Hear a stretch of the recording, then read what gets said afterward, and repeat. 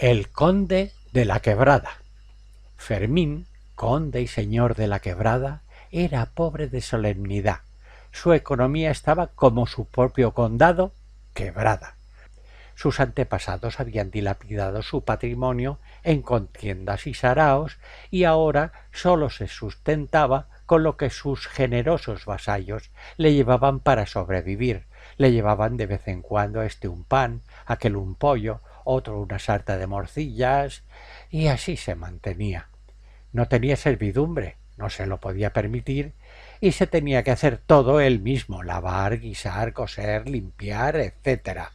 Un día pensó en que si todos sus vasallos le entregaban una gallina, podría montar una granja y vender los huevos y los pollos que incubara, pero lo descartó porque entre grano y contratar a alguien para cuidar la granja y vender los huevos, poco le iba a quedar.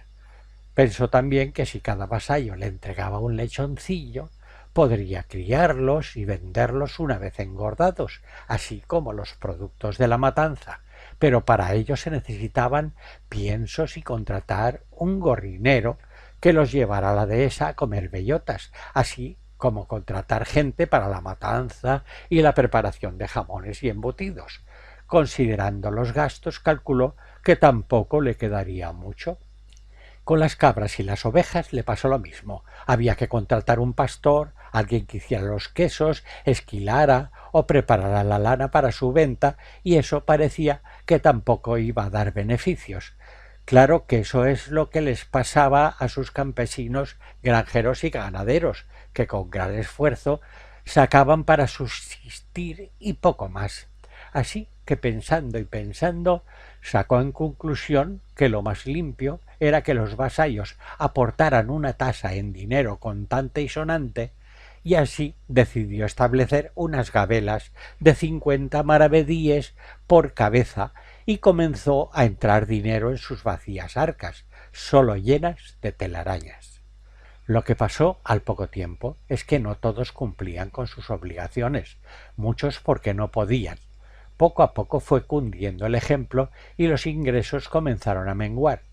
Para evitar el problema, se vio en la necesidad de contratar un recaudador para que se encargara de hacer pagar a todos, pero descontando el salario del recaudador, aún ingresaba menos que antes, así que tuvo que incrementar la contribución de todos a 100 maravedíes y volvió a entrar dinero en las arcas.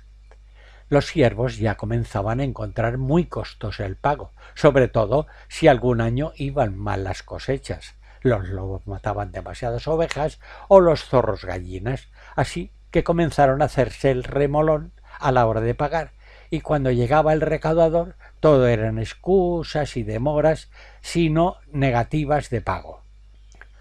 Como el recaudador no tenía fuerzas para desempeñar sus obligaciones recaudatorias, el señor conde tuvo que contratar 2 alguaciles, para lo que se vio en la necesidad de aumentar el pago a 150 maravedíes, aunque con la contrapartida de controlar la población de lobos y zorros y defender a los siervos de los salteadores y malhechores que pululaban por los campos y caminos.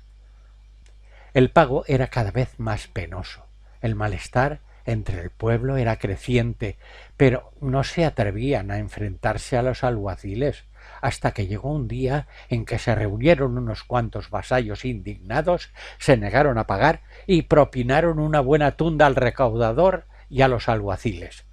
El señor conde, al que la economía le comenzaba a ir mejor, se vio en la necesidad de contratar a unos mercenarios de las mesnadas de un feudo vecino, avezados en las batallas y en la represión de revueltas, así como un contable y unos administrativos. Pero para poder pagar al recaudador, la soldada de los mercenarios y los funcionarios no tuvo más remedio que elevar las gabelas a los 250 maravedíes.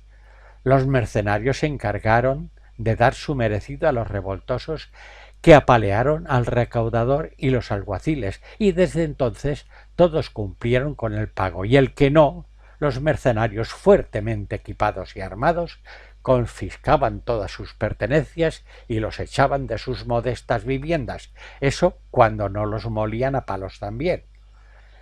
A causa de esto, muchos dejaron sus labores al no dar para vivir y menos para poder pagar los impuestos.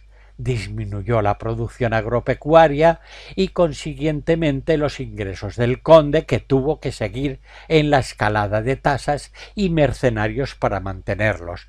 Y aquí acabaría el cuento, aunque visto lo visto, tengo mis dudas y va a ser que no.